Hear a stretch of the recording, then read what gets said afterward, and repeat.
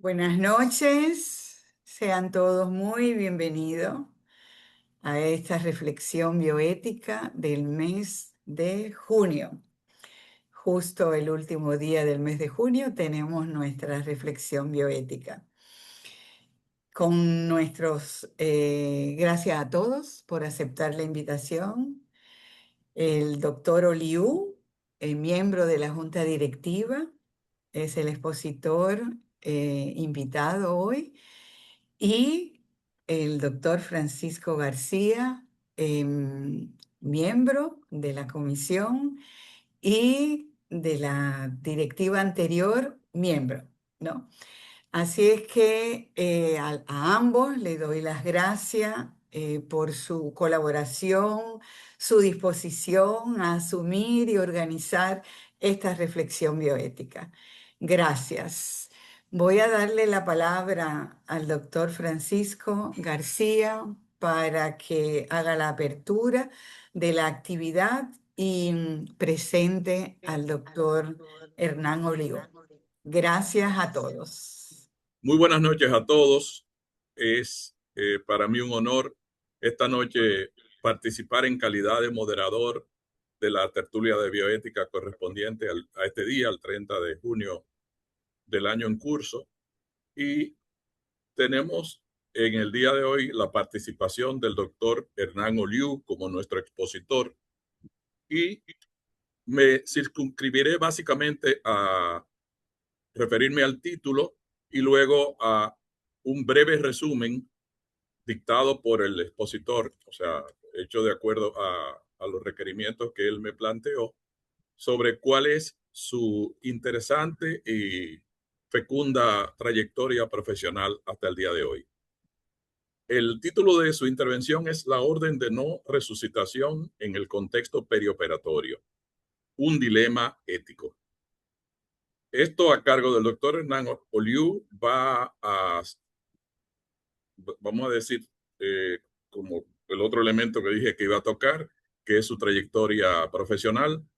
El doctor es un especialista en cirugía general y cirugía torácica, profesor universitario, cuenta con máster en bioética e investigación y es adjunto del Ministerio de Educación Superior, Ciencia y Tecnología, conocido bajo las siglas de MESIT en República Dominicana. Él se ha enfocado principalmente en la cirugía torácica mínimamente invasiva, que es la cirugía torácica llevada a cabo a través de lo que es la técnica de laparoscopía. Ha también rendido labor en el área de la oncología torácica, el trauma torácico, y ha estado envuelto en el desarrollo de proyectos académicos y científicos. Para no prolongar más lo que es mi papel de introductor del conferencista y moderador de la conferencia, solamente diré que me siento realmente muy complacido de que en esta ocasión vamos a tener una especie de dúo entre cirujanos. El moderador, quien les habla en este momento, tiene el honor de presentar a un colega cirujano que también interviene igual que yo en el área de la cirugía oncológica. Y creo que no podría estar en mejores manos el pandero, como dice el refrán, porque hablar de órdenes de no resucitación en un contexto perioperatorio por una persona que tiene la doble formación en el campo quirúrgico por un lado y en el campo ético, bioético, filosofía moral por el otro, no pudiera ser mejor. Así es que les auguro que esta noche vamos a tener, como siempre ha sido en ocasiones anteriores, un banquete de primera y sin más los dejo en manos del colega doctor Hernán Oliu. Muchas gracias por la presentación. Permítanme rápidamente compartir las diapositivas. Nada, agradecido, doctor Francisco García, por la presentación. Para mí es todo un honor estar junto a usted, realmente. Cuando la doctora Selma me habló por primera vez hablamos de la reflexión, dije, bueno, hay que tratar un tema bastante álgido para nosotros los cirujanos, ya que estoy en esa área. Incluso se lo comentaba el doctor García, porque es un tema que nos atañe y que entraña muchas cosas que vienen desde el punto de vista bioético, desde el punto de vista moral, desde el punto de vista médico, desde el punto de vista legal, que nos afectan a todos. Y hay que tratar de saber un poco por qué esto es un dilema ético y cómo se pudiera resolver en caso de de que se nos presente, que se nos ha presentado muchas veces a lo largo de nuestra práctica médica. La orden de no reanimación en el contexto perioperatorio, quiero introducir rápidamente para los que no son médicos, que es el perioperatorio, para que sepan de qué estamos hablando. El perioperatorio es un periodo que va desde que le dices al paciente, le das un diagnóstico, le dices que se va a operar, hasta que los descargas después de la cirugía. O sea que ya no lo vas a ver, lo despachas, le dices, ya no tienes que venir después de que se operó, para que todos me entiendan. Incluye un periodo preoperatorio, un periodo intraoperatorio y un periodo posoperatorio.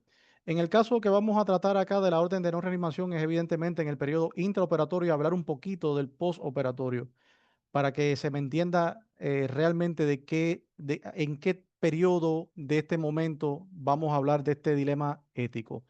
Para comenzar, quisiera hablar un poco, poner un caso hipotético. Es un caso que nos pasó en algún momento determinado de nuestra formación.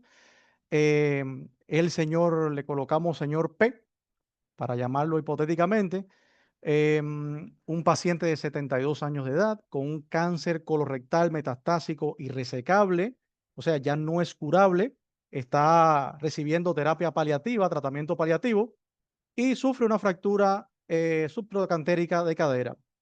Se le recomienda en un momento determinado que para mejorar el estado de vida, la calidad de vida, sería bueno hacer una reparación de esta fractura para que vuelva a caminar y evite ciertas complicaciones y el paciente realmente está muy convencido de que necesita esa cirugía. Sin embargo, tenemos una tensión moral importante porque el paciente acepta la cirugía paliativa para mantener la movilidad y la calidad de vida, pero exige mantener su orden de no reanimar. O sea, el paciente no está de acuerdo en que si ocurre alguna eventualidad intraoperatoria y posoperatoria, se le practique una resucitación cardiopulmonar cerebral. Y es aquí el tema importante y por qué es un gran dilema bioético. Quiero hablar un poquito sobre de qué va esto en general. Históricamente, muchas instituciones entendieron el quirófano como una excepción automática, o sea, al cruzar el umbral del quirófano, la orden de no reanimar quedaba totalmente suspendida. El paciente antes de los 90 decía, no quiero que me resucite, firmaba cualquier documento, pero sin embargo, por la moral de aquella época, los médicos sí evadían todo eso y hacían todo lo posible para resucitarlo. En el 1990, bueno, alegando sobre todo de que el acto anestésico constituía parte de algo que vamos a ver un poquito más adelante, que era parte de la reanimación.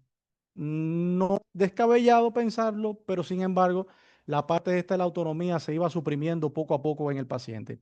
En el periodo de 1990 a 1993 comienza el reconocimiento de la autonomía del paciente. O sea, el Patient Self-Determination Act prohíbe obligar al paciente a atender su directiva como condición para operar. Y todo el grupo médico se tenía que acatar totalmente a esto. En el presente, normas de la el American College of Surgery y la Asociación Americana de Anestesiólogos trazan metas donde existe algo que se llama reconsideración obligatoria, que es considerando cosas que no se tenían, que no se hicieron y que se deberían haber hecho en el paciente, y también qué es el acto quirúrgico y cuál es el acto bioético dentro de la parte intraoperatoria y posoperatoria. El quirófano es una zona moralmente excepcional porque la anestesia deprime deliberadamente las funciones vitales. En cualquier otro escenario, digamos apnea, hipotensión funda o necesidad de vasopresores serían señales de alarma, pero en anestesia pueden ser parte de un procedimiento totalmente controlado. Por eso, la frontera entre soporte vital y reanimación se vuelve un poco problemática. Además, el paro perioperatorio no siempre tiene el mismo significado que un paro espontáneo por declive terminal. Puede ser agudo, presenciado, monitorizado y además de ser potencialmente reversible. Esta diferencia clínica obliga a una diferencia ética. O sea, no todo acto de rescate intraoperatorio contradice necesariamente la orden de no reanimar. Y aquí las tasas importantes, por ejemplo, tenemos tasas de supervivencia que nos hablan bastante de esto, que en la falla terminal de un paciente espontáneo intrahospitalario, las tasas de supervivencia van por encima de los 14, aproximadamente el 14%, mientras que un paro perioperatorio, sobre todo si es de causa anestésica, la supervivencia es más del 92% de los pacientes. Entonces, aquí está la paradoja central de este caso. El quirófano produce artificialmente los estados fisiológicos que fuera de él activarían protocolos de emergencia, como la intubación, la ventilación mecánica, las drogas vasoactivas, el manejo avanzado de la vía aérea, que son soportes anestésicos que ya conocemos, pero se parece mucho a medidas de reanimación en estos casos. Si el equipo no aclara esta frontera antes de inducir la anestesia, la crisis va a llegar a un lenguaje, va a producirse sin un lenguaje común. Es decir, la deliberación ética debe anticiparse a este momento.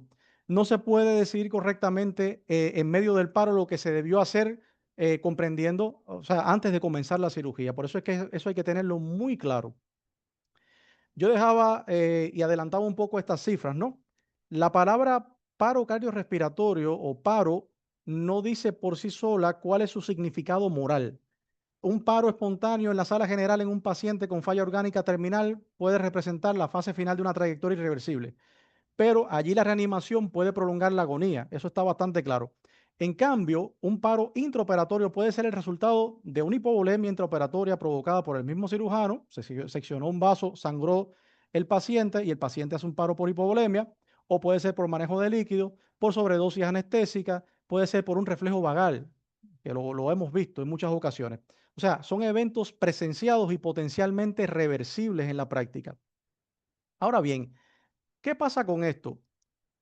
Hay una brecha de percepción en general. Está lo que el paciente, el familiar imagina que es un paro cardiorrespiratorio sobre la realidad de que realmente es una parada cardiorrespiratoria. En el imaginario social de la reanimación está muy marcado, por ejemplo, por la televisión, por las redes sociales, donde vemos en series como Grey's Anatomy o otras series más de médicas que se hacen maniobras breves, son heroicas, casi siempre milagrosas. Y esto es una imagen que distorsiona bastante el consentimiento, porque el paciente puede pensar que rechaza una escena dramática pero improbable, ¿eh? Cuando en realidad rechaza una intervención que en el quirófano podría resolver un evento técnico reversible. También ocurre lo contrario, o sea, algunos profesionales interpretan la orden de no reanimar o de no resucitar como que el paciente estuviera pidiendo totalmente el abandono. O sea, el caso totalmente contrario. Ambas lecturas son falsas. Eh, la tarea bioética realmente en estos pacientes consiste en desmontar el imaginario y reemplazarlo por una conversación honesta sobre el pronóstico, la reversibilidad y el sufrimiento y además las metas que queremos lograr con estos pacientes. Em, bueno, esta diapositiva muestra dos fuerzas que chocan. Por ejemplo, aquí se ve. Por un lado, la obligación clínica de corregir alteraciones causadas y facilitadas por la propia anestesia. Y por otro lado, el lado derecho, o sea, el derecho más bien, no, del familiar y los pacientes a fijar los límites en general. La pregunta más fina sería esta. Si el equipo provoca una situación reversible por paro anestésico, ¿sería realmente una traición a la orden de no resucitar? O sea, sería una traición revertirla. Y la respuesta es que no necesariamente. La traición realmente ocurriría si usamos esa reversibilidad como pretexto para imponer una supervivencia que el paciente considera inaceptable. Y es muy clave en estos casos alinear la intervención con los fines biográficos del enfermo. Por eso hay que hacer una distinción operativa estricta. El soporte anestésico normalmente incluye todo lo que le estaba diciendo anteriormente. Hay una zona gris, como el manejo farmacológico de arritmias transitorias, que exige un juicio clínico y una proporcionalidad. La reanimación estricta aparece o va a aparecer cuando hablamos generalmente de compresiones torácicas externas, o sea, las compresiones con las manos, la desfibrilación no programada ante un paro definitivo. Y el punto ético es que la orden de no reanimar no debe bloquear el soporte necesario para la cirugía, pero sí puede prohibir el inicio de maniobras de resucitación incompatibles con los valores del paciente. Em, ¿qué hacemos o cómo vemos moralmente la parte del paro iatrogénico? Y hablamos de paro iatrogénico cuando somos nosotros en el acto intraoperatorio o con maniobras médicas o con medicamentos que provocamos ese paro. Bueno, el paro iatrogénico es el núcleo más incómodo de este dilema, considero yo. Cuando el evento parece causado por la intervención médica, el profesional siente culpa, miedo a lo legal, que eso es uno de los grandes miedos que nos acechan ahora, y un mandato interno de rescate. Pero la voluntad del paciente no desaparece con todos los miedos que nosotros tenemos, porque el médico se sienta moralmente, digamos, angustiado. Ignorar una directiva anticipada para aliviar la culpa realmente no es la solución en estos casos.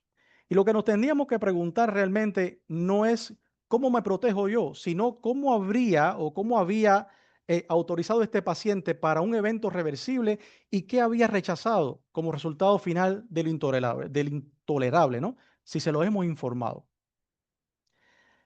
Por tanto, conviene separar conceptos en estos casos.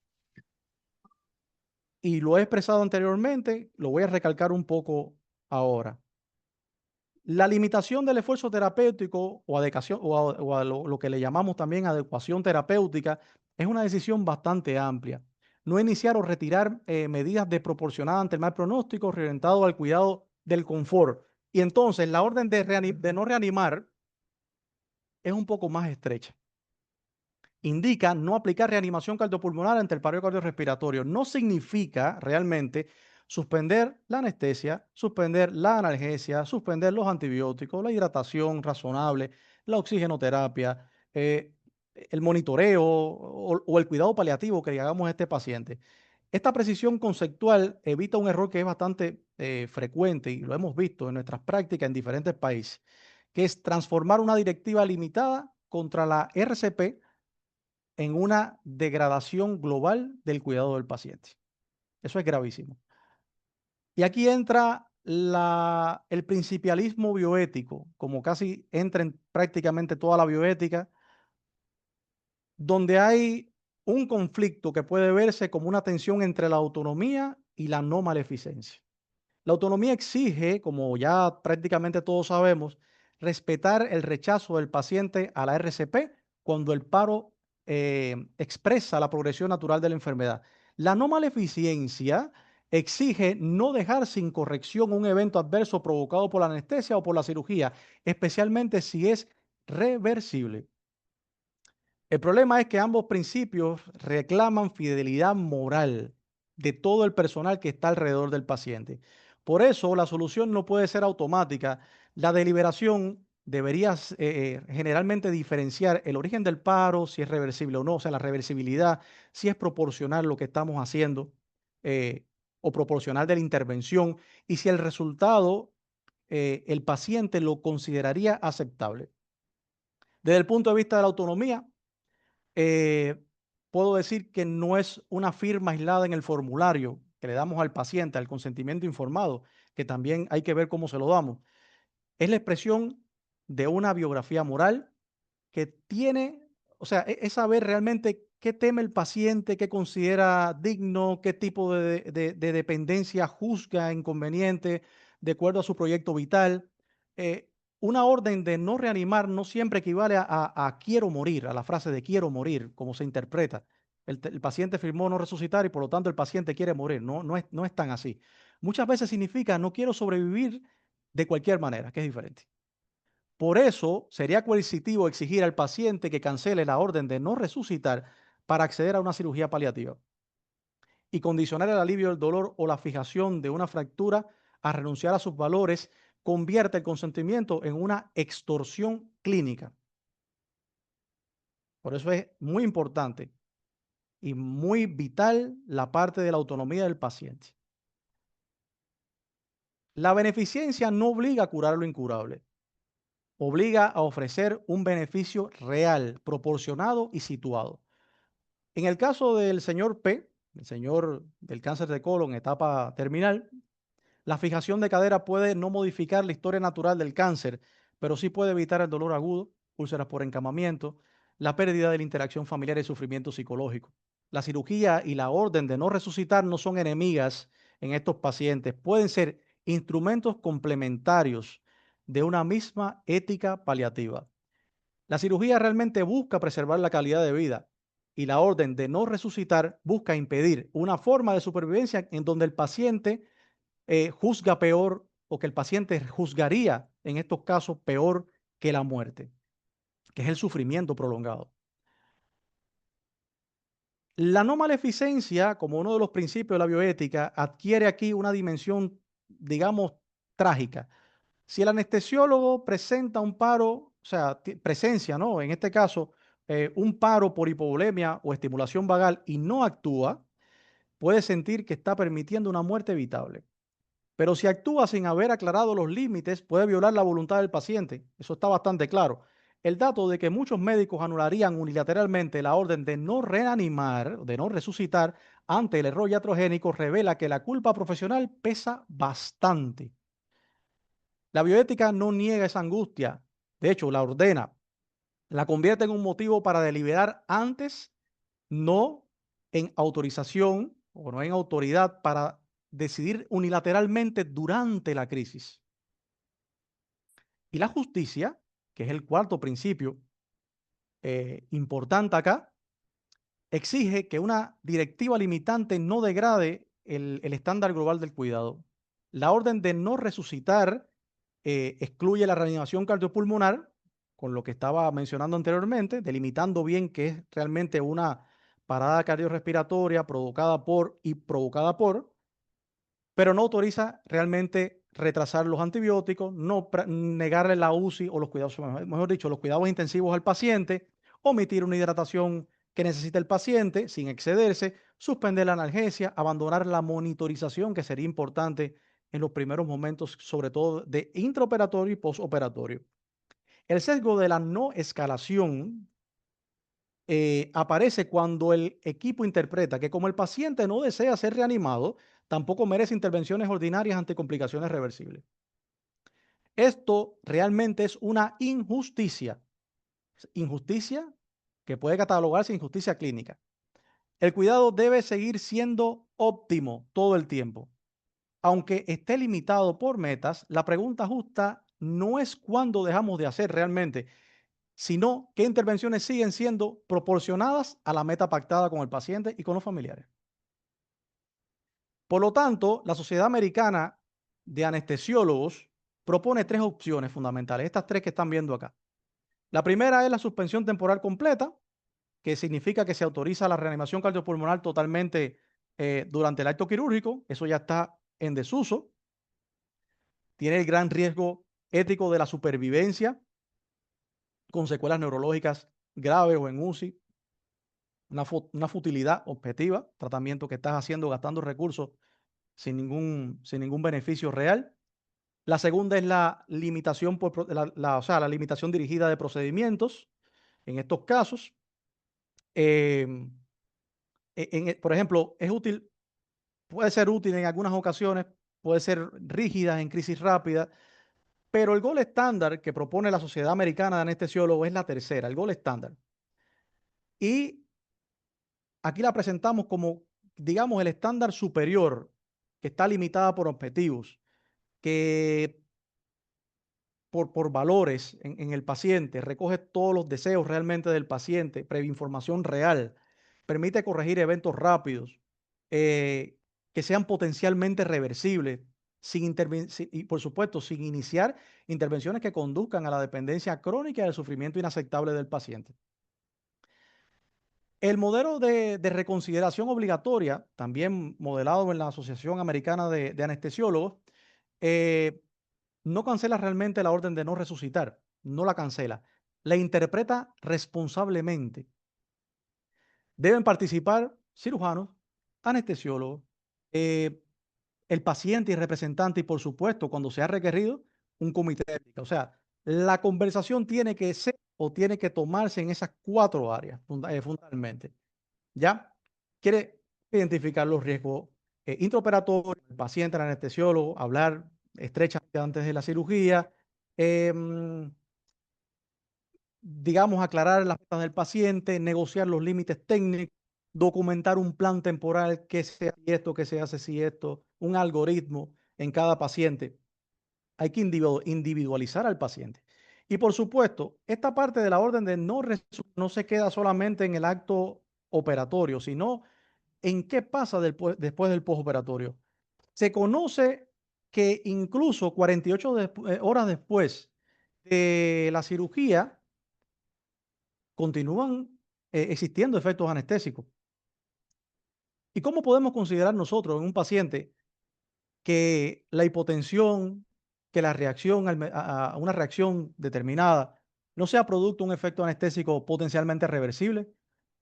Entonces, puede ser bastante razonable pactar una suspensión muy breve, explícita de ciertos límites, ¿no? Primeras 24, 48 horas, mientras que se van estos efectos ya mencionados. Pero otra cosa es imponer suspensiones realmente de 30, 60, 90 días por protección institucional. Y ahí entramos en la protección institucional y el miedo a la ley, ¿ya? Ese desplazamiento transforma un argumento fisiológico en algo que nosotros le llamamos medicina defensiva. O sea, te estás protegiendo para no ser demandado, supuestamente. El paciente acepta una tregua técnica en general, no una renuncia global al proyecto de la muerte digna. Mientras más se prolonga la suspensión, más se aleja de la proporcionalidad clínica y más erosiona la confianza moral. Eso es importantísimo. O sea, toda modificación de la orden de no resucitar debe tener un punto de inicio, em, y un punto de restitución en general. La tregua no puede quedar abierta. En la práctica se debe definir si la orden restablece o se restablece al salir del quirófano. O sea, yo no quiero que me reanimen si me pasa algo durante la cirugía, o no quiero que me reanimen si me pasa algo dentro de la cirugía y después que salga. Eso es importante también definirlo bastante bien. Y hay que saber, hay que tener un juicio ético importante porque realmente, como yo le estaba diciendo anteriormente, prolongar esa suspensión por motivo puramente administrativo erosiona realmente la confianza del personal, del paciente, de los familiares del paciente con el médico y además la confianza del equipo médico en general. ¿Mm? Crea una tensión importante. ¿Cómo se ve esto desde el punto de vista legal en el mundo? Y el derecho influye bastante y ahí nos puede ayudar bastante la doctora Togarma más adelante, porque aunque el derecho influye en la deliberación, no debe sustituirla. Conocemos que en América Latina vemos escenarios bastante, o sea, distintos, ¿no? Por ejemplo, países con mayor desarrollo jurisprudencial en autonomía, en estos casos, vemos otros con avances en paliación y otros que tienen un temor penal que empuja prácticas defensivas, sobre todo ahora con la nueva ley que viene ahora, que se está advirtiendo bastante de eso. Cuando el médico teme a ser acusado por no reanimar, puede anular la orden de no resucitación por autoprotección. Y cuando la institución teme auditorías, puede rechazar a los pacientes con directivas limitantes. Por ejemplo, viene un paciente que venga con una carta notarizada con orden de no reanimar y lo puede rechazar. Eso ha pasado en muchos lugares del mundo. La bioética, ¿cómo entra aquí? Bueno, debe actuar como un puente, o sea, traducir derechos en procesos seguros, documentados, clínicamente comprensibles, evitando que el miedo legal gobierne el final de la vida. ¿Qué nos pasa aquí en República Dominicana? Bueno, el debate se vuelve particularmente sensible en cuanto al error médico, o sea, la imprudencia consciente, la responsabilidad institucional se perciben como riesgos penales y el peligro bioético es que el profesional, por miedo al dolo eventual o a la sanción corporativa, decida reanimar, aunque el paciente haya rechazado totalmente esa posibilidad. La respuesta no puede ser improvisar ni actuar defensivamente. La respuesta es protocolo, consentimiento informado, amplio, trazabilidad documental, la deliberación interdisciplinaria con los comités de bioética, el equipo multidisciplinario, el respaldo institucional. Eso hay que tenerlo. La seguridad jurídica no se logra violando la autonomía del paciente, sino haciendo visible el proceso racional que la respeta. El comité de bioética, en estos casos, no debe aparecer solo o no debe aparecer solo cuando el conflicto ya explotó. De hecho, debería monitorizar activamente las órdenes de no resucitación y estos pacientes antes de entrar a la cirugía. Todos los hospitales, todos los centros deberían tener un comité de bioética. No existe. No todos lo tienen. Y el mandato realmente es preventivo. Primero, identificar pacientes con ONR, o sea, con orden de no resucitar. Y esto se activa mucho antes de la cirugía, en un tiempo prudente. Y segundo, comprender los valores, los miedos, los umbrales de futilidad subjetiva y además traducir la directiva en instrucciones fisiológicas exactas. ¿Ya? ¿Qué hacer cuando esto? ¿Qué vamos a hacer? ¿Qué es bueno para el paciente? ¿Qué quiere el paciente? ¿Qué no quiere el paciente? ¿Qué sería mejor en el caso de él? Respetando, por supuesto, la autonomía del paciente y informándole todos los riesgos y todas las consecuencias, ¿no? En general de la cirugía. El comité no reemplaza la decisión clínica, sino la va a estructurar, la hace comunicable y además protege tanto al paciente como al equipo médico y al hospital.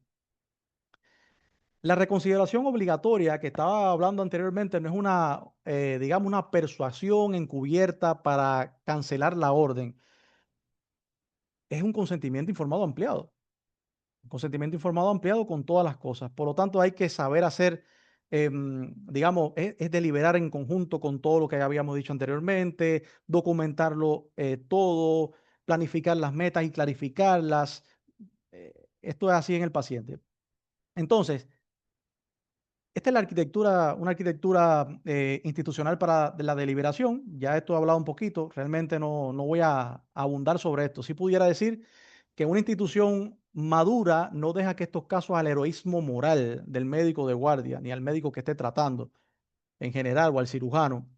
Debe crear una arquitectura en la historia clínica, checklist para establecer bien los límites en general y una ruta para objeción de conciencia en estos pacientes. Si un anestesiólogo considera, por ejemplo, que no puede participar porque no está de acuerdo con la orden de no reanimar, tiene que tener mecanismos para poder elegir a otro anestesiólogo que sí esté en estos casos. La ética clínica no es una virtud individual, como ya todos lo sabemos, es un diseño institucional.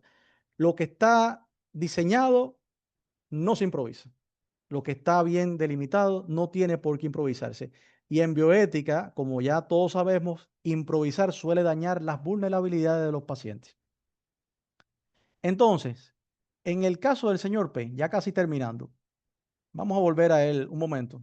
Hay dos respuestas incorrectas en estos pacientes. ¿Cuáles son los dos abordajes incorrectos en el paciente? Bueno, el primero es negarle la cirugía si no suspende la ONR. O sea, usted está induciendo al paciente a una decisión o suspender la orden de neuroresucitación contra la voluntad documentada. Eso no se debería hacer jamás. La respuesta bioética es la opción, digamos, por objetivos y valores. El paciente acepta intubación, ventilación, soporte farmacológico necesario para fijar la cadera y si aparece hipotensión por sangrado, y eso es lo que hay que llevar, se corrige perfectamente. Pero si sufre asistolia irreversible o fibrilación vinculada a la fase terminal de su enfermedad, pues no se inician las acciones, ¿ya? Como se respeta la orden de no resucitación. Esto es debatible, ¿no? Para eso estamos aquí. Entonces, el nuevo estándar debe resumirse en los 4 verbos, que era prácticamente, esto ya lo he dicho anteriormente, que es traducir, deliberar, decidir y restablecer. ¿Qué pregunta o qué kit tiene que tener el bioeticista para tratar de enfrentar todo esto? Son 5 preguntas que son herramientas de alta precisión. Primero, saber qué resultado funcional considera el paciente suficientemente valioso para justificar someterse a una cirugía paliativa. ¿Qué intervenciones específicas recibe como incompatibles con su dignidad y proyecto vital? Por ejemplo, a la dependencia del ventilador, que es una de las consecuencias. De ocurrir una parada cardiorrespiratoria, ¿la etiología intraoperatoria sería iatrogénica y altamente reversible o consecuencia terminal de su propia enfermedad?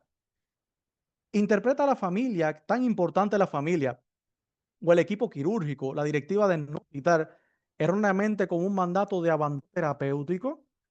Y por último, existe en la institución una vía documentada, un checklist, un timeout, son parámetros bien específicos, para que el equipo quirúrgico actúe unificadamente sin improvisar durante la... Creo que si todas son importantes desde el punto de vista institucional, las 5 tiene una alta importancia. Entonces, esto es un poquito más de lo mismo, lo había organizado, había visto que la comisión, y esto es un modelo institucional que propongo para la Comisión Nacional de Bioética, después tenemos que hablar de un poquito de eso, como parte de las mesas de discusión. proponer un modelo que nos ayude a identificar, a comprender, a traducir, a deliberar y a decidir y a blindar la bioética dominicana para que estas cosas se lleven de la mejor manera posible.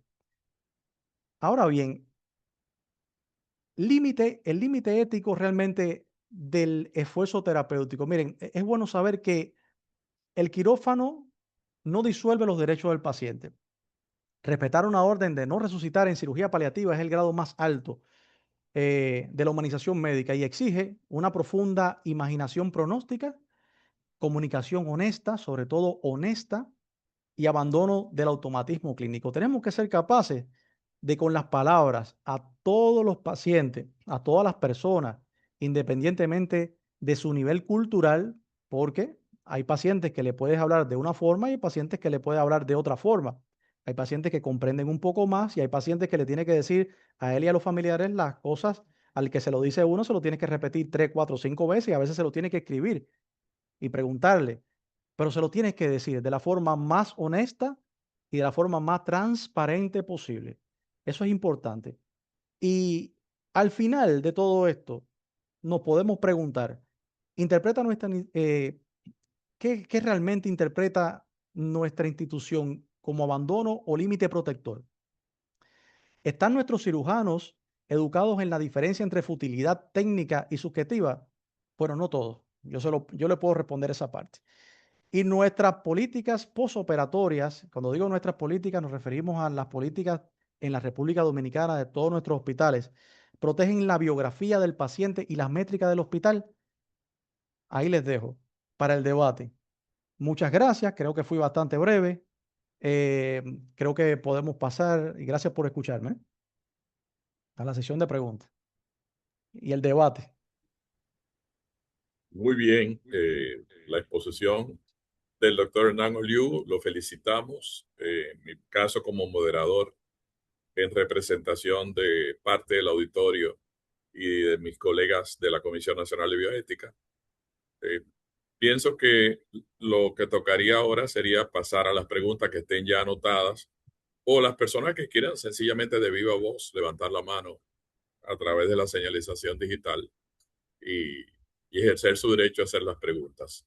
Creo que haría de mi parte comentarios, pero solo al final. No hay nada escrito aún en el chat y no veo micrófonos abiertos. Pero bueno, yo también me sumo a invitar de... Aquí está, Togarma. Adelante. Bueno, perdón. eh, Francisco, te toca a ti. Me toca a mí darle la palabra a Togarma, tú dices. Exacto, exacto. Ah, bueno, sí, no, no. Si es darle aquí, un momentito, por favor.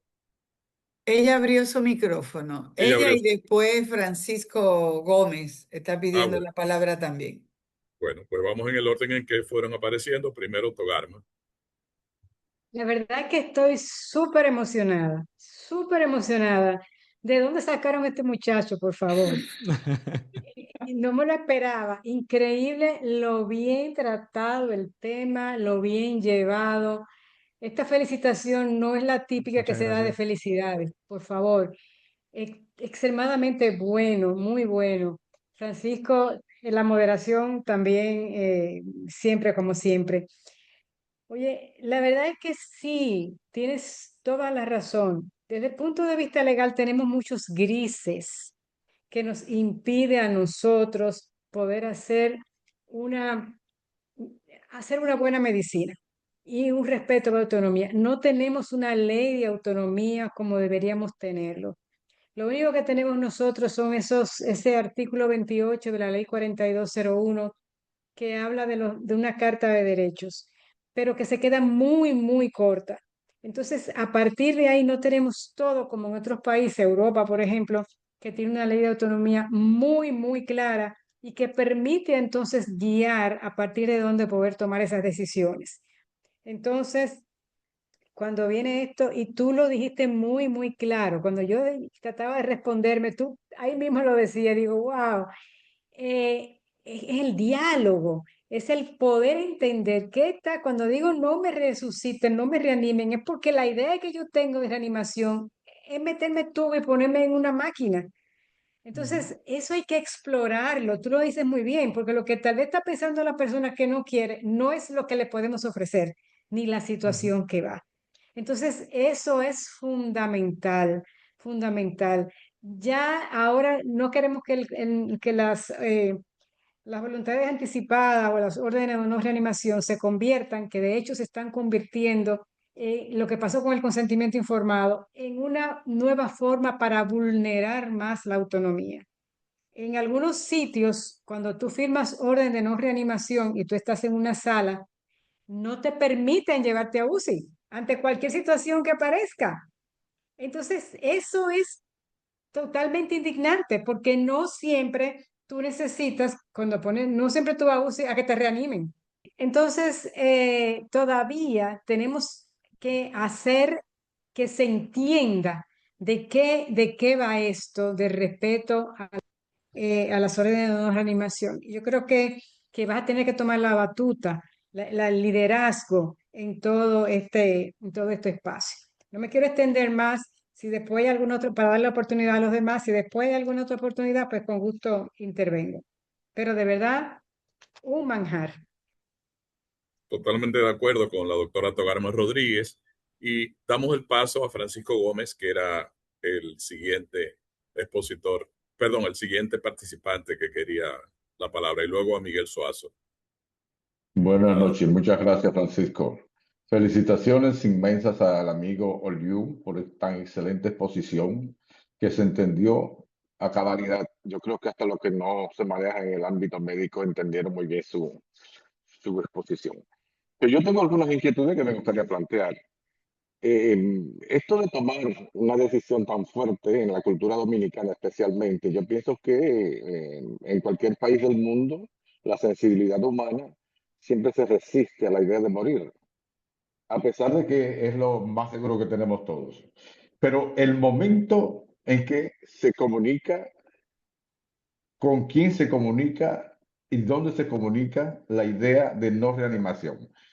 ¿Cuándo es? ¿Es en la consulta? ¿Es a partir del primer diagnóstico o es cuando ya se tiene la terminalidad de la vida? Lo otro es que en cada evento de esto, yo pienso que la familia juega un papel importante y es un comentario, porque en mis años, cuando yo era médico, ¿no? Que ejercía, teníamos un programa de trasplante de órganos, se tiene todavía el hospital. Y resulta que había un paciente que estaban dispuestos a donar sus córneas, a donar el riñón, pero la familia no estaba consciente. Y armaron el lío cuando el paciente ya estaba terminal, que no había otra manera sino mandarlo, irse al otro mundo. Y en el hospital se armaba tremenda discusión para poder salvar la vida a otra persona que estaba necesitando un riñón o lo que fuera. Entonces, para mí es muy importante que la familia esté consciente del ejercicio de la autonomía del paciente en el orden, en el momento de donar o en el momento de decir no me reanimen.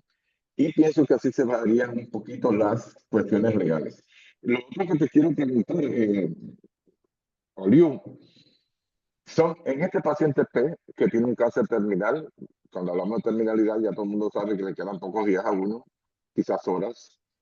Someterlo a una cirugía de esta magnitud, ¿cuáles son los riesgos-beneficios? Si la terminalidad de la vida es breve o las consecuencias serán peores. Me gustaría que me comentaras un poquito, a pesar de que hablaste bastante y yo te entendí, pero me gustaría oír cuál es el riesgo de beneficio de operar un fémur en un paciente terminal. Muchas Sí, gracias. sí, cómo no. Ahí se toman muchas cosas. Primero hay que ver el estado funcional del paciente. El estado funcional del paciente influye muchísimo.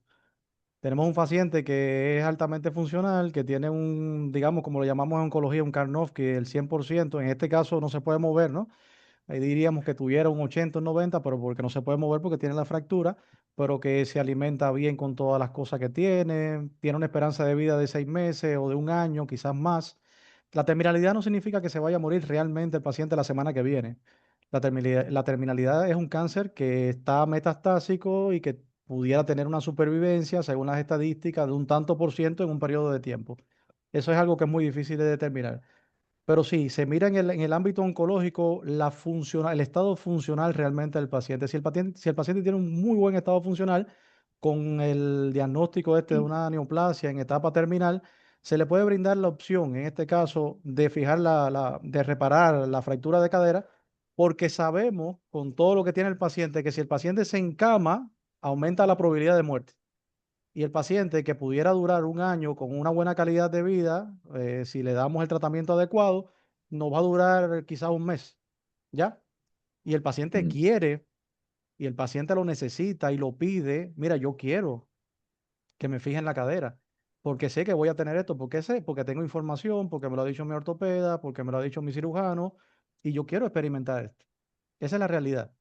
Y con respecto a la primera pregunta, la parte de la orden de no resucitar, generalmente, en primer lugar, que está bien claro que la orden de no resucitar no toma la decisión el médico ni el personal tratante, sino la toma Obviamente. realmente el familiar y el paciente. Muchas veces nos vemos en la consulta con ciertos pacientes que derogan su autonomía hacia los familiares o las personas o al cuidador, estando Ujú. en capacidad de tomar decisiones. Em, y le dicen, o por ejemplo, derogan su autonomía inclusive al personal de la salud. Médico, usted el que sabe, esa es la famosa frase. No, no, doctor, usted el que sabe. Y eso es bastante triste, digamos así, porque realmente usted le tiene que dar todas las herramientas a esa persona con lo que yo mencionaba anteriormente, con los conocimientos, tratar de aterrizar un poco los conocimientos a su nivel cultural para que esa persona te entienda cuáles son los riesgos, cuál es la mortalidad, de qué estamos hablando, cuáles son las consecuencias, y el paciente decida qué es, cuándo lo vamos a resucitar y cuándo no lo vamos a resucitar y por qué es bueno hacer esto y por qué es bueno hacer lo otro. Pero sí, generalmente esa orden, eso puede ser muy variable. El mismo paciente la puede tomar desde que se le hace el diagnóstico del cáncer y en qué etapa está, o incluso puede tomar la decisión en la consulta cuando le dicen, mira, te vamos a operar de esto y por lo tanto, y él te dice ahí mismo, bueno, yo no quiero que me reanimen, doctor. Y los familiares le dicen alrededor, pero tú nunca habías hablado de eso, fulano. Pero bueno, hoy ya lo decidí y no quiero. Es muy variable. No sé si Muchísimas responde. gracias. Sí. Sí, sí. Aunque le toca la palabra en orden de turnos a Miguel Suazo, al colega doctor Miguel Suazo, yo quisiera hacer una intervención por dos razones. La primera, que dije que iba a dejar el comentario al final y prácticamente por el tiempo transcurrido estamos en ese punto. Y la segunda razón por el hecho de que el doctor Hernán Oliu en su excelente exposición eh, come- eh, puso la pelota en la cancha del lado que yo manejo con un caso oncológico. Fíjense, en bioética y en términos, en estricta ortodoxia de la deliberación bioética, hay un paso que no se puede dejar de lado de ninguna manera, que es eh, ponerle los ojos a los hechos o sobre los hechos que estamos manejando. Primero que todo, ver cuáles son y qué está pasando a nivel fáctico en el caso que se está tratando de deliberar sobre lo que se va a hacer. El caso concreto del paciente P, que es un paciente con metástasis óseas, producto de cáncer de colon, la realidad, los hechos, la dimensión fáctica del caso impone hacer una consideración que es de rigurosa ortodoxia oncológica. La metástasis ósea en cáncer de colon en la literatura en general habla de que es una de las más raras, 3,7 a 10% de los casos de cáncer de colon avanzados, como de hecho ya es el cáncer de colon cuando tiene metástasis, solo 3,7 a 10 van a tener metástasis óseas. De modo que es un evento raro como caso aislado, eh, eh, tal cual ha sido presentado acá por el doctor Hernán Oliu. Pero hay algo todavía peor. Si bien es extraño, raro, inusitado el caso de la metástasis ósea, sea donde sea en el cáncer de colon avanzado, está otro hecho agregado. Cuando un paciente con cáncer de colon ya tiene metástasis ósea, la literatura sobre el tema habla de que en general 80% de los casos tienen metástasis múltiples, aparte de la metástasis ósea. Es decir, no solamente tienen esa fractura patológica, que es una fractura que ocurre porque había metástasis ya en esa zona que él señaló, sino que también ese paciente tiene metástasis hepática, pulmonar, cerebral, etcétera. Es un paciente multimetastásico en el 80% de los casos. Esos son los hechos. O sea, probablemente ese paciente con una evaluación un poco más concienzuda hubiera arrojado la información de que teníamos un paciente multimetastásico. Y la pregunta no solo ética, sino la pregunta antes que ética oncológica, ¿qué valor tiene? ¿Qué grado de paliación estamos ofreciéndole a un paciente con una sobrevida que no va a pasar de 90 días? Y lo vamos a llevar a una cirugía de 4 a 6 horas para tratar de estabilizar una fractura en un hueso largo como el fémur, cuando ya de suyo ese paciente tiene múltiples metástasis óseas. Entonces yo creo que es muy importante regresar a los principios básicos de la deliberación ética. Y uno de los principios básicos es asentarnos sólidamente sobre la dimensión fáctica del caso. En la dimensión fáctica del caso, ese paciente cae en mis manos y muy probablemente que en la discusión del comité de tumores, la respuesta que hubiera salido unánimemente era: ese es un paciente que no califica para llevarlo a un quirófano, a exponerlo a una muerte segura, probablemente por esa condición de paciente multimetastásico, con una sobrevida no más de 90 días para simplemente reparar una fractura patológica de fémur. Entonces, quería hacer esa consideración respecto al caso. La otra, no, espero que no me haya extendido demasiado con la primera, es que hablar de órdenes de no resucitación en el caso específico y concreto del perioperatorio debe obligarnos a situarnos también en otra realidad, en otra de las dimensiones fácticas a que aludí antes, relacionadas con la deliberación ética de un caso. Cuando hay eventos de parada cardiorrespiratoria en un quirófano, no estamos hablando de paradas cardiorrespiratorias en otros contextos del servicio sanitario al que el paciente está o dentro del cual el paciente está ingresado. Cuando ocurre una parada cardiorrespiratoria en un quirófano, sobre todo en el trans o intraoperatorio, es un paciente que está probablemente, si no intubado endotraquealmente, que ya de por sí equivale a estar conectado a un ventilador, y si no lo está, puede estar con medidas menos invasivas como la mascarilla laríngea. Estás en manos de un anestesiólogo y sus asistentes, que a veces es el equipo anestésico completo, que va a ser llamado porque está presentando en los monitores irregularidades, arritmias, caída de la presión arterial, hipoxia o lo que fuere. Y es un paciente con el cual el reflejo automático, independientemente de la orden de no resucitación que haya firmado ese paciente, el reflejo automático del equipo anestésico es: para la cirugía, detén lo que estás haciendo, a los cirujanos que estamos trabajando, y déjanos trabajar con esta crisis cardiorrespiratoria que está teniendo este paciente y manejar eso con medicamentos, manejar eso farmacológicamente, tratar de revertirlo. En general, ellos no van a llegar o no van a permitir que ese paciente llegue al daño cerebral hipóxico producto del paro cardiorrespiratorio, y van a hacer todas las medidas para detener eso. No creo que haya ninguna orden de no resucitación que haga que los anestesiólogos reaccionen en este país o en cualquiera diciendo: no, él firmó una orden de resucitación, nosotros no podemos hacer otra cosa que no sea un abstencionismo farmacológico o terapéutico. Entonces, además hay otra cosa: la determinación de esas causas de esa parada cardiorrespiratoria o de esa crisis cardiorrespiratoria que ese paciente ha tenido.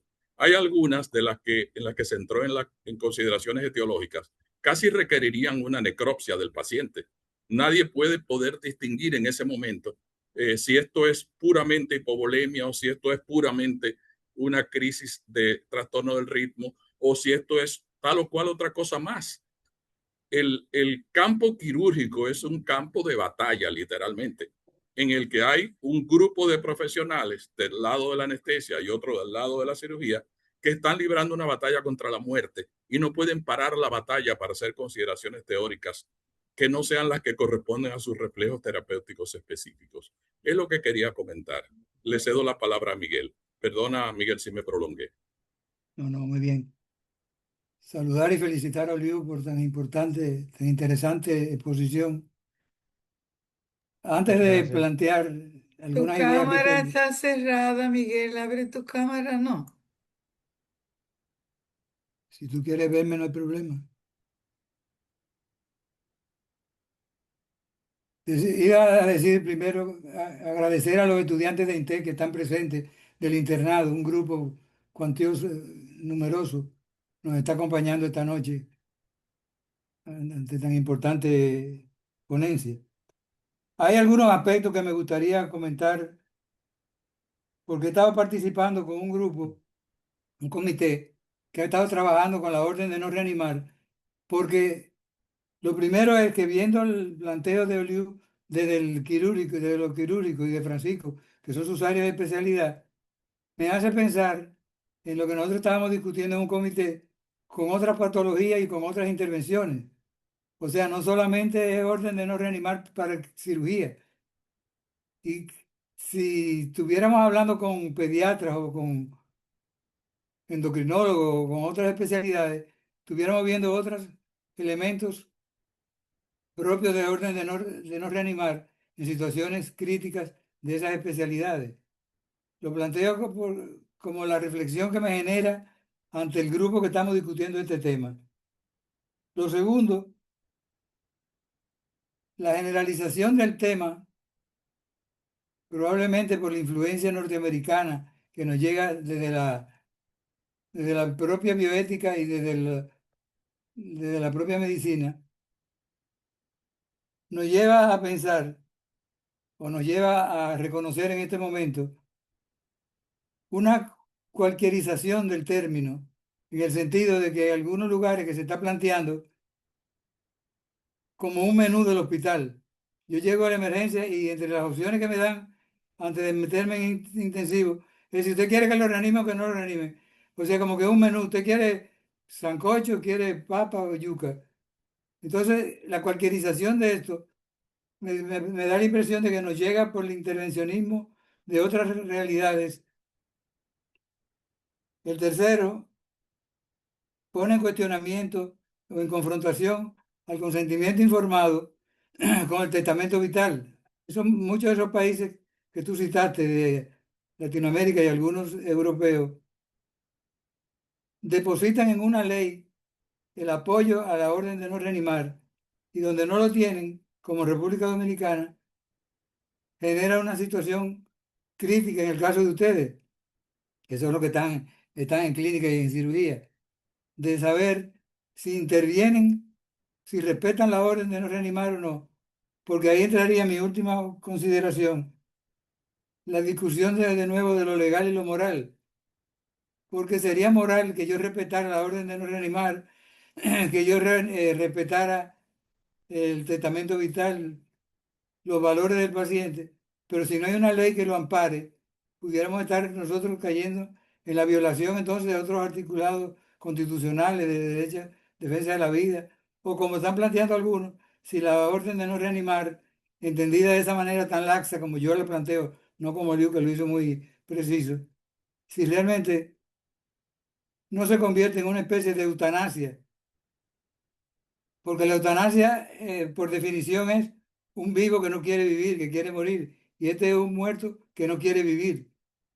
O sea que hay elementos que nos dan mucho material para poder discutir, poder debatir, y creo que es excelente el marco teórico que tú nos dejas para poder continuar. Sé que hay algunos compañeros de un comité de bioética que estamos discutiendo el tema, que si están presentes sería bueno que participaran, si alguno se interesa.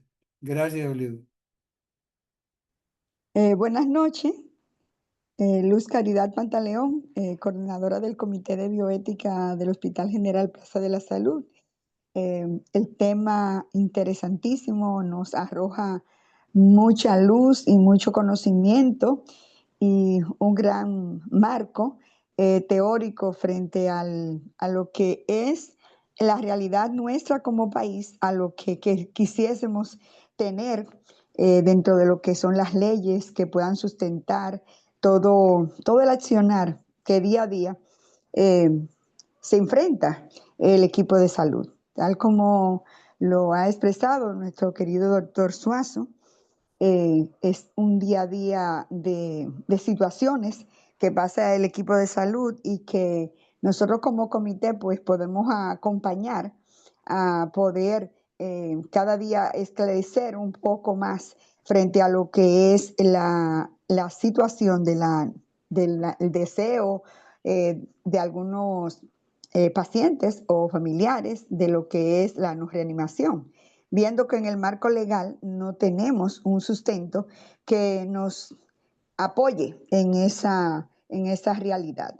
Y, y nosotros como hospital ahora mismo estamos enmarcados en esclarecer muchos de estas situaciones que no puedan seguir aconteciendo, que sea, como dice el doctor, un menú de que si el paciente se le pregunte si se reanima o no se reanima.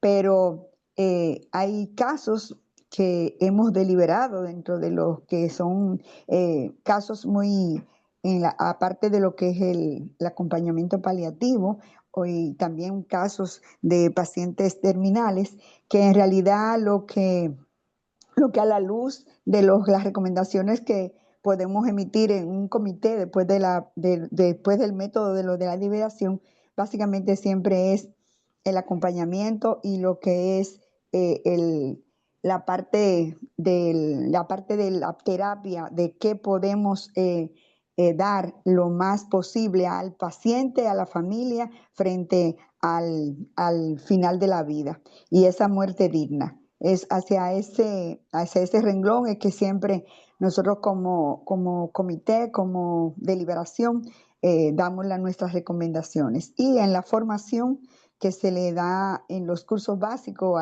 a los nuevos residentes, siempre estamos abogando hacia esas directrices.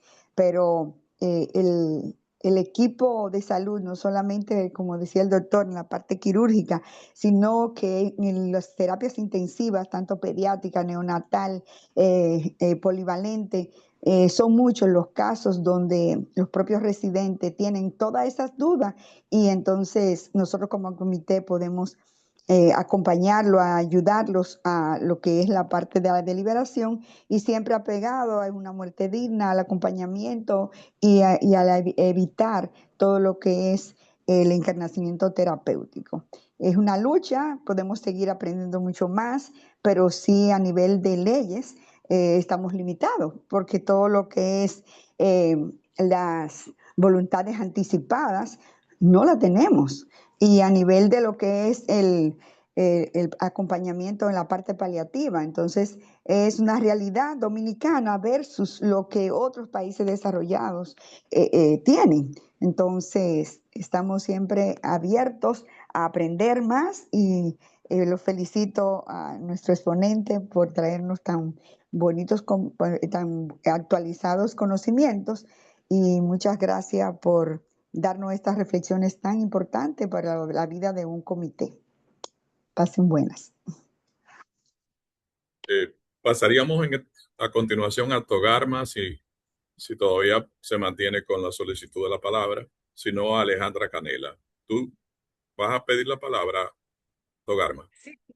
Luego de Alejandra. Alejandra, entonces adelante tú. Ok, hola, buenas noches, un placer.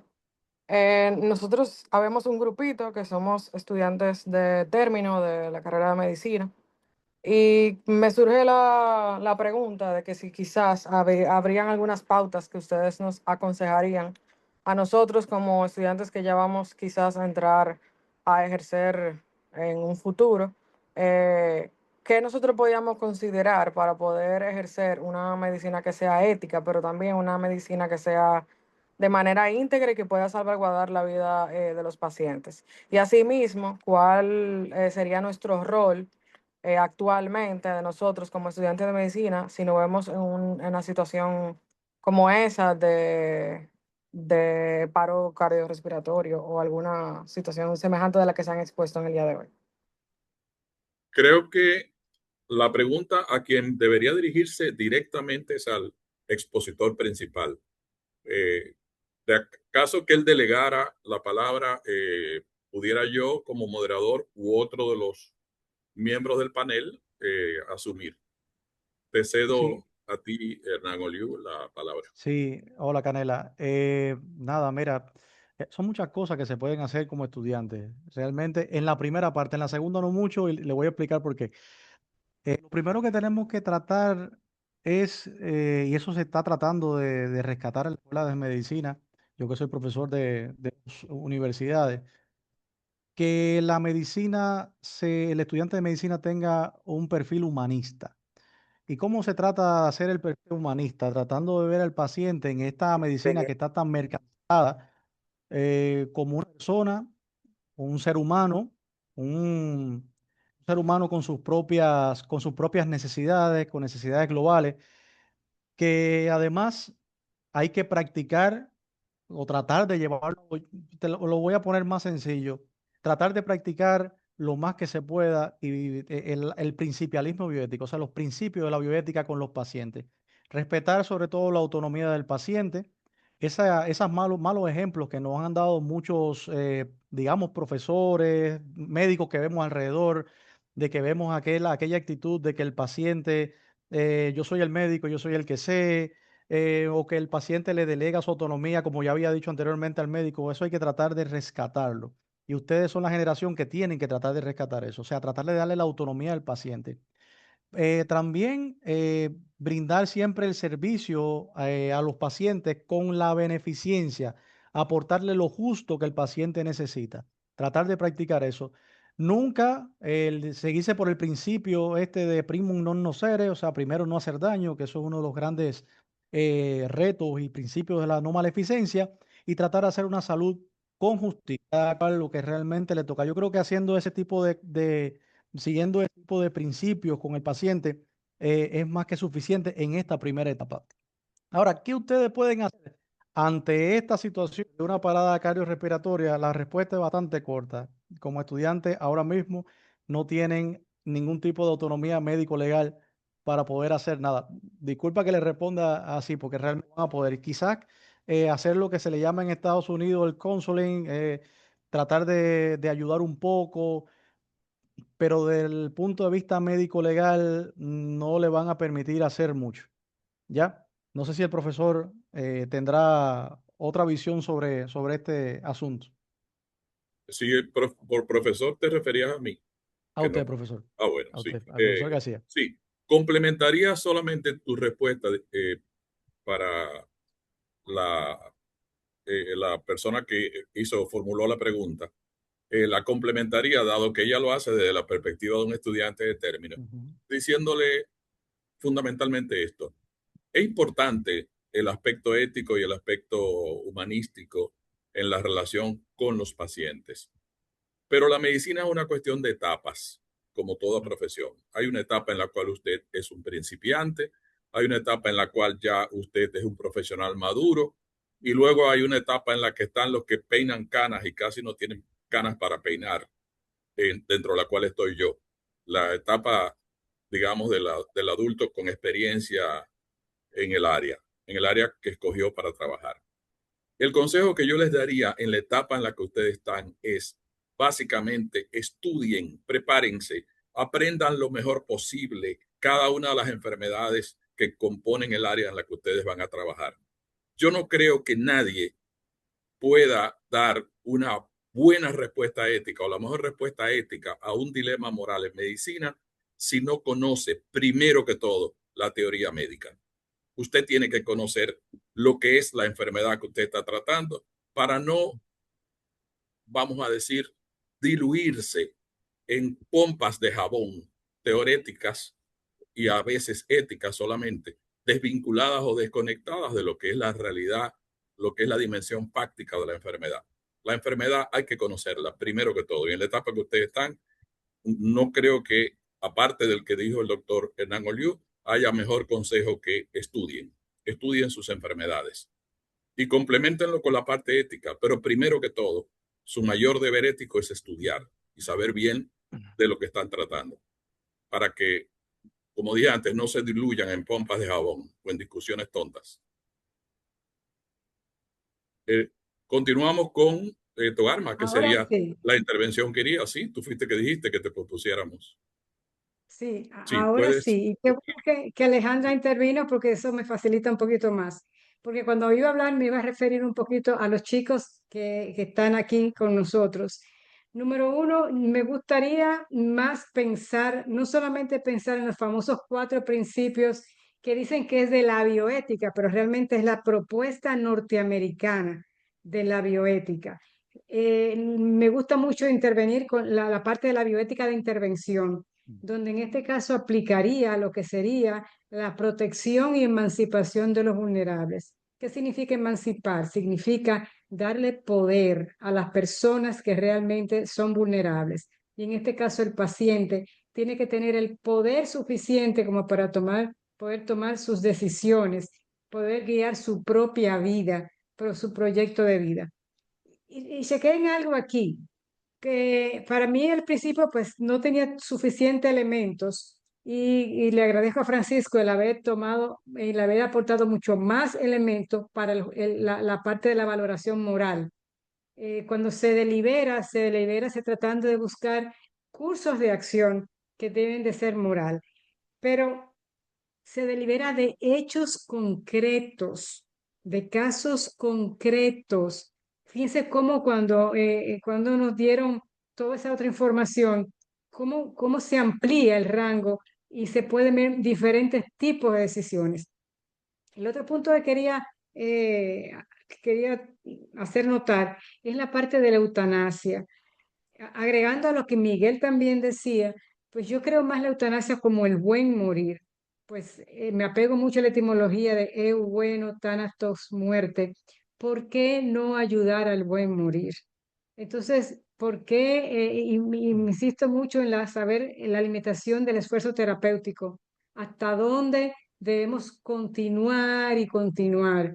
La otra parte sería ese acompañamiento de poder decir, sí, vamos a llegar hasta aquí y vamos a acompañarte para que puedas tener una buena muerte. Creo que el mayor obsequio, el mejor regalo que le podríamos dar de respeto a la vida de alguien es ayudarlos a tener una buena muerte. Y una buena muerte es una muerte sin dolor, una muerte acompañado de sus seres queridos, una buena muerte llevando cómo nosotros mismos hemos podido pensar en nuestro final del proyecto de vida.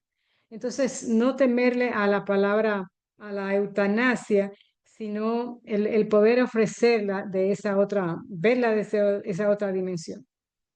Luego de Togarma, quedaba la palabra solicitada por Bruno Calderón. Estamos en los últimos 10 minutos de la actividad y querría, antes de darle la palabra a Bruno, solicitarle que tratemos de que con la participación de él sea la última y permitir al expositor hacer un cierre con una síntesis que si no la hacemos entre él y yo, si hubiera el tiempo, un tema tan interesante lo dejaríamos perder en el aire. Bruno, te cedo la palabra. Bien, muy bien. Buenas noches. Felicitar al doctor Oliu por tan magnífica, estructurada presentación. A ti por la buena moderación. Son temas, todos, fíjense cómo cada una de las personas que han intervenido han tocado una arista del tema. Hay una parte económica que a veces la gente no quiere que lo reanime porque se gasta mucho en intensivos, hay un problema económico.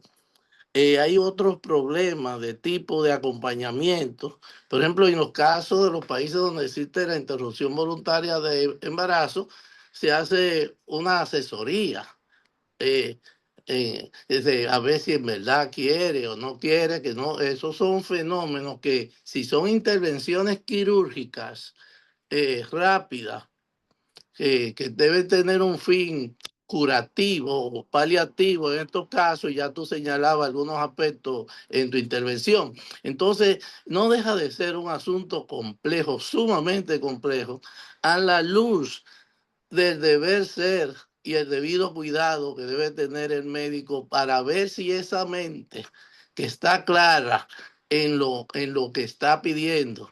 Existe la vertiente religiosa y existe de la fe y existe la vertiente de acompañamiento de un profesional de la conducta, y ninguna de ellas dos tienen la verdad ni la justificación de una u otra. Entonces, es tema muy complejo.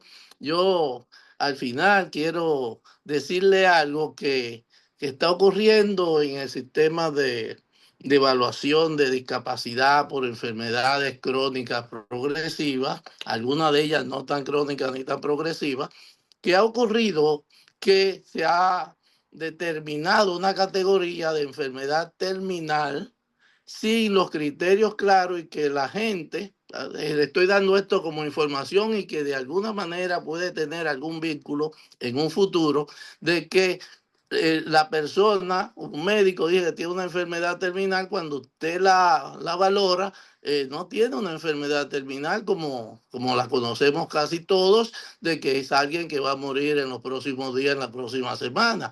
Pero ¿qué resulta? Esto es una crítica que hago, que el sistema dominicano, para ayudar a las personas a que recuperen todo lo que tiene ahorrado en la tesorería, no en la AFP, en la tesorería, o en los fondos de enfermedad, se le entregue de una manera total para que él haga uso de esos fondos para su enfermedad terminal, que generalmente es muy costosa. Entonces, ese es otro tema que tiene aspectos de tipo legales, administrativos y políticos, que podrían en algún momento incidentar o tener incidencia, perdón, en este tipo de temas que nosotros estamos contentos de la discusión que se ha dado, y que el marco legal, pues, y ahí lo retomo, el marco legal del nuevo código que está en discusión muy amplia ahora mismo, que no le permite al médico dominicano, bajo ninguna circunstancia, el tipo de un tipo de, no de muerte asistida, sino de dejar morir sin utilizar los medios que hay para que mantenga la vida. Entonces, lo que es la calidad de esa vida y eso, son discusiones muy amplias que tanto Miguel, el profesor, con esa gran experiencia, lo señaló, de que estamos en los límites de suicidio asistido o eutanasia o no asistencia a personas en peligro de muerte, todos esos conceptos que se manejan a nivel de la literatura y del derecho internacional. Muchas gracias, porque creo que duré unos 6 minutos. Gracias a todos. Bruno, muy agradecido por tu atinado comentario, igual que los de los demás personas que intervinieron. Quisiera que en los últimos 3 minutos que nos quedan, un tema tan complejo como es este y con tantas participaciones interesantes, pudiese ser de alguna manera recogido en algunas palabras de parte de nuestro brillante expositor, el doctor Hernán Oliu Lambert. Te cedo la palabra, Oliu. Gracias. Bueno, primero, para mí ha sido todo un placer estar junto a ustedes. Yo realmente me siento halagado por, por, por todas las frases que han dicho, y creo que he aprendido también yo en este momento con todos los aportes que cada uno de ustedes ha hecho, basado en sus experiencias tan grandes que tienen en el tema. Es importante saber que la controversia de la orden de no resucitar en el paciente quirúrgico terminal va a surgir porque el quirófano, y en este caso yo quería aclarar algo, esto es un caso hipotético, ¿no? Que nos puede pasar a cualquiera de nosotros, no necesariamente que la fractura, como habíamos dicho, haya sido una fractura en un paciente con cáncer de colon terminal, no necesariamente tiene que ser por, en este caso, profe, por metástasis ósea, puede ser por cualquiera, se cayó y se rompió el fémur. Es un caso bien abierto para la discusión. En este caso, el paciente acepta una intervención quirúrgica que es muchas veces paliativa, puede rechazar maniobras de reanimación que vayan a prolongar la agonía o la devuelvan a una condición funcional que considera en el caso del paciente inaceptable. Y esta aparente contradicción se va resolviendo mientras se comprende que aceptar una cirugía no significa aceptar toda una escalada terapéutica posible en estos pacientes. Em, la cirugía paliativa puede buscar el alivio del dolor, la movilidad, la higiene en general del paciente, el control sintomático, la dignidad funcional, para resumir todo esto, sin que realmente obligue a que todo esto, a renunciar a su autonomía ni a los limitantes que pueden tener más adelante con su propia enfermedad.